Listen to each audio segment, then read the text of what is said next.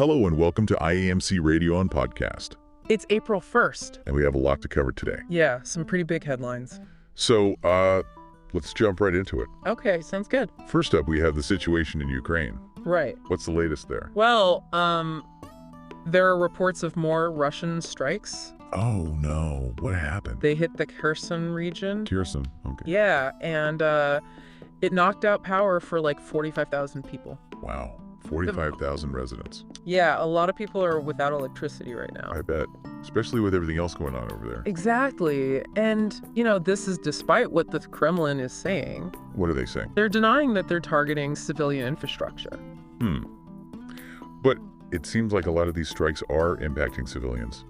Yeah, I mean, it's hard to say for sure, but Kiev claims that Russia keeps hitting these energy sites. Right. Even though Russia says they're not aiming for them. Well, it sounds kind of like what's happening on the other side, too, yeah, right? You mean the attacks on Russian energy facilities? Exactly. Yeah, there have been some reports of those as well. Where were they? Belgorod. Okay. And the Zaporizhia region, but the part that's controlled by Moscow. Got it. So both sides are being affected by these attacks. Yeah.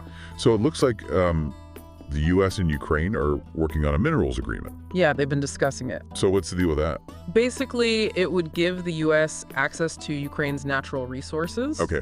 And in exchange, Ukraine would get more support from the U.S. I see. That makes sense. Right. And Foreign Minister Sabiga, he's been pretty vocal about wanting to get more American businesses involved in Ukraine. But hasn't there been like a holdup with this agreement or something? Yeah, it was supposed to be signed last month, Oh, but yeah. there was some kind of disagreement between President Trump and Zelensky. And now I heard that President Trump's been saying he's warning Zelensky that there will be like big problems Right. if Ukraine doesn't accept this latest proposal. Yeah, but we don't really know what's in that proposal, do we? No, not exactly. Okay. Moving on, let's talk about Nigeria. Yeah. Their economy seems to be facing some real challenges right now. Absolutely. Inflation is a huge problem there. Right. And what's the Central Bank of Nigeria saying about all this? Well, their latest report, the one for Q4 2024, it blames the high inflation on a couple of things. Like what? Insecurity, Right. and also a lack of infrastructure. Okay, that makes sense. Those are definitely two big factors. Yeah. And what about the actual numbers? Like, how bad is the inflation? Oh, it's pretty bad. Yeah. Headline inflation reached 34.80% at the end of last year. Wow. 34.8%. That's rough. It is. It's up from 32.70% the previous quarter. So it's getting worse. Seems like it. And what's driving that increase? Well, they mentioned higher energy costs. Okay, that's understandable. Also, exchange rate pass-through, which is basically when a weaker currency makes imports more expensive. Right. And then there's hoarding, which can happen when people are worried about prices going up even more. Yeah, I get it. And of course, the insecurity we talked about disrupts supply chains and makes everything harder to get, Right. plus those infrastructure problems. So it's really a combination of factors. It is. And is it everything that's getting more expensive or just certain things? It seems to be pretty widespread. The CBN report said that almost 75% of the items in the consumer price index, Yeah. they all went up more than their average from 2010 to 2023. So it's really hitting people's wallets. Definitely. But I did read that the CBN thinks inflation will start to ease up a little bit next year. Yeah, that's what they're predicting. What makes them think that? Well, for one thing, the National Bureau of Statistics recently reported that headline inflation fell to 24.48% in January. Oh, that's a big drop. It is, but it's mainly because they rebased the inflation basket. What does that mean? They basically updated the goods and services they use to calculate inflation. Oh, okay. So now it reflects how people are spending their money better. I see. But it doesn't necessarily mean that prices are actually going down for people. Right. It's more of a statistical change. Exactly. So even though the numbers might look better, things could still be tough for a lot of Nigerians. Yeah, unfortunately, that's probably the case. Okay, next we have a really concerning incident in Nigeria. Oh, yeah, that one with the immigration officer. That's right. It's a serious situation. It is. So, can you tell us what happened? Well, there was an immigration officer, and he was allegedly shot at a company in Abuja. Okay. And this company, it was a Chinese-owned company. A Chinese-owned company. Wow. Yeah. And the allegations are pretty serious. They are. They're saying that a Chinese businessman who works there, that he actually ordered his security guard to shoot the officer. Wow. So what's the government doing about this? Well, Dr. Olubunmi Tunji-Ojo, he's the Minister of Interior. Okay. And he came out and condemned the attack, really strongly. Yeah, he called it an attack on Nigeria's sovereignty, actually. Wow. And he said that he's going to be talking to the Chinese embassy about it. Okay. It's definitely a big deal for the government. I can imagine. So what steps are they taking to prevent something like this from happening again? Well, the minister said that they're going to start using automated white, gray, and black lists to keep better track of foreigners in the country. Makes sense. Yeah. And they're also going to introduce a new system for managing expats starting May 1st. May 1st, okay. Yeah. And everyone will have 3 months to get their status sorted out. Okay, so they're really trying to tighten things up. It seems like it. I also heard that there was a Chinese delegation that was a little concerned about some of these new measures. Yeah, they were worried that they were being singled out or something. Okay. But the minister, he assured them that it's not about targeting any specific nationality, just about making sure everyone's following the rules. Right. Makes sense. And the Controller General of the Nigerian Immigration Service, she's also announced some reforms, like simplifying the visa categories and introducing an online e-visa system. Oh, that's good. So they're trying to make things more efficient, too. Seems like it. Okay. Shifting gears now, let's talk about the U.S. Okay. The Democrats have filed a lawsuit. Against the Trump administration. Yeah. Right. What's that all about? It's about this executive order President Trump issued on March 25th. March 25th. Okay. It has to do with how elections are run. And the Democrats, well, they say it goes too far. Or far in what way? They argue that it exceeds his authority as president, he's overstepping. I see. Yeah. And they're especially concerned about a few specific parts of it. Which parts? Well, there's this thing about requiring proof of U.S. citizenship to vote. Okay. And then there's this other part about not counting mail-in ballots that arrive after Election Day. And then the order also threatens to take away federal funding from states that don't follow these new rules. Wow. That's pretty intense. Yeah, it is. So what are the Democrats hoping to achieve with this lawsuit? They basically want to stop this executive order from being implemented. Right. They're saying that it's going to disenfranchise a lot of voters, make it harder for them to vote legally. Right. And they're arguing that these changes are not allowed under the Constitution. I see. And who's representing the Democrats in this lawsuit? It's Mark Elias. Mark Elias. Okay. He's a pretty big name in election law. He's worked on a lot of these kinds of cases. Okay. And Chuck Schumer and Hakeem Jeffries. Right. They're both plaintiffs in the case, too. Right. They're both big names in the Democratic Party. Exactly. So, has the White House responded yet? Not yet, no. But they've defended similar things in the past. What have they said? They usually talk about preventing foreign interference. Oh, which is something President Trump has been really focused on, especially after the 2020 election. Right. He's been making a lot of claims about voter fraud. Yeah.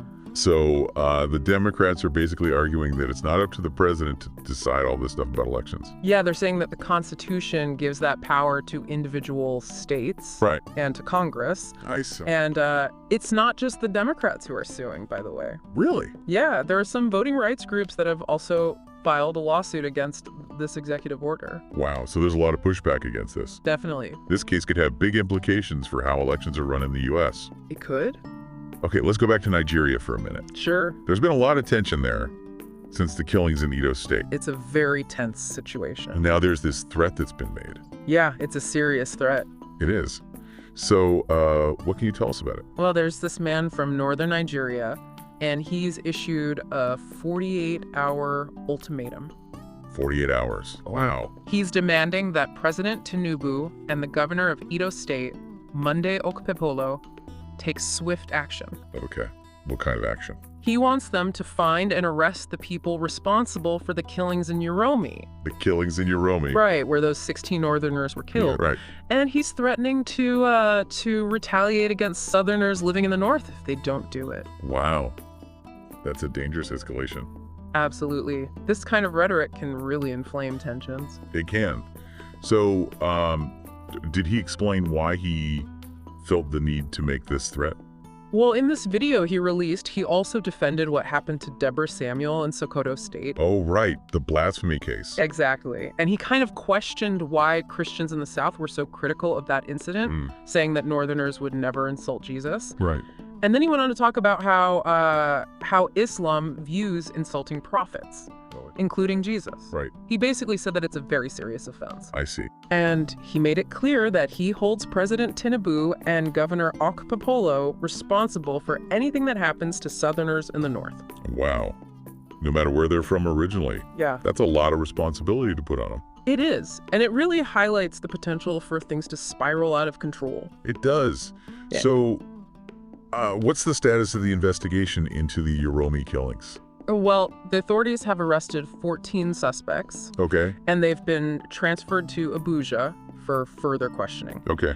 And the victims, they were hunters from Edo State. Hunters. Okay. Yeah, and apparently they were traveling for Salah celebrations when they were attacked. Wow, so just going about their business and then... Yeah, it's a terrible situation. It is.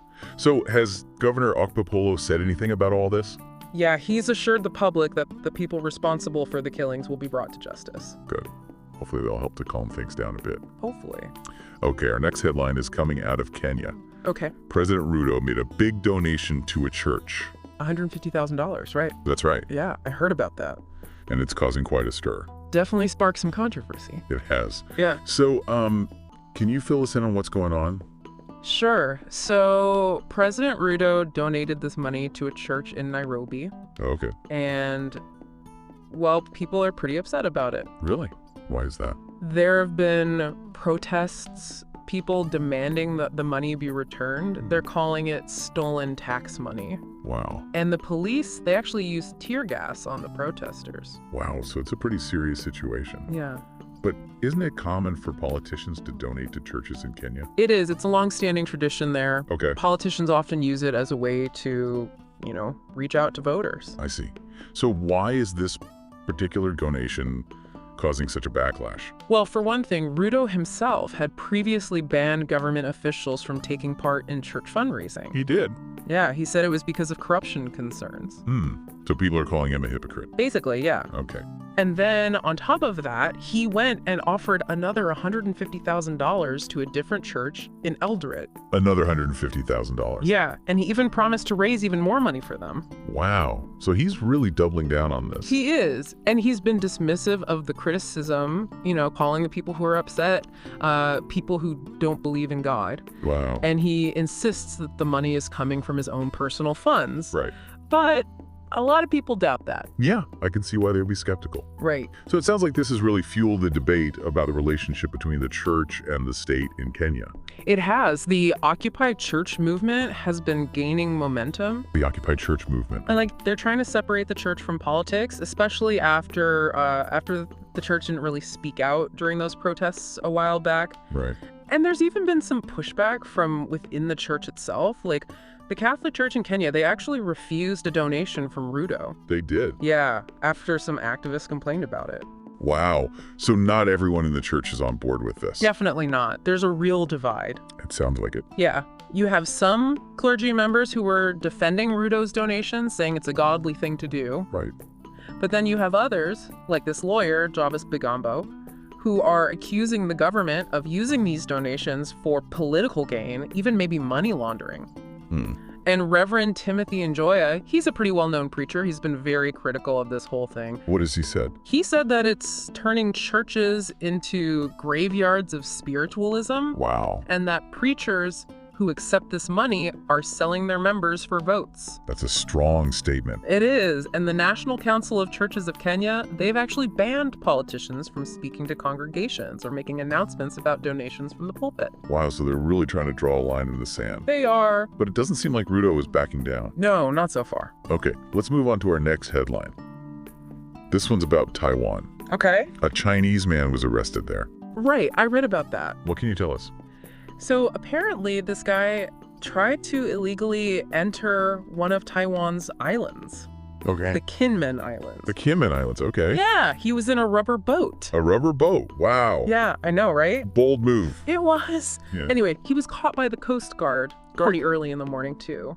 And Are these islands, are they part of Taiwan? They are, but they're really close to mainland China. I see. So what's going to happen to him now? Well, they're questioning him, Okay. and then he'll probably be handed over to the prosecutors. Okay. But there's more to the story, actually. Oh, really? What is it? Well, shortly after they arrested this guy, they detected 4 Chinese Coast Guard vessels near some other islands. The Matsu Islands, right? That's right. Yeah. And Taiwan's Coast Guard, well, they think this might be connected to those big military drills China's been doing around Taiwan. They're talking about a hybrid approach, mixing harassment with military exercises. So basically, they're trying to intimidate Taiwan. Yeah, that's the idea. I mean, it's not really a secret that China claims Taiwan as its own territory. No, not at all. And they've made it clear that they're willing to use force to take it back. Right. And these drills, they came after the U.S. Defense Secretary, Pete Hegseth, talked about making sure there's credible deterrence in the Taiwan Strait. Right. So basically saying that the U.S. will defend Taiwan. Yeah. And how did China respond to that? They said that these drills were all about practicing precision strikes and a blockade of Taiwan. Wow. So they're sending a pretty strong message. Yeah, they are. Okay, our last headline today is about TikTok.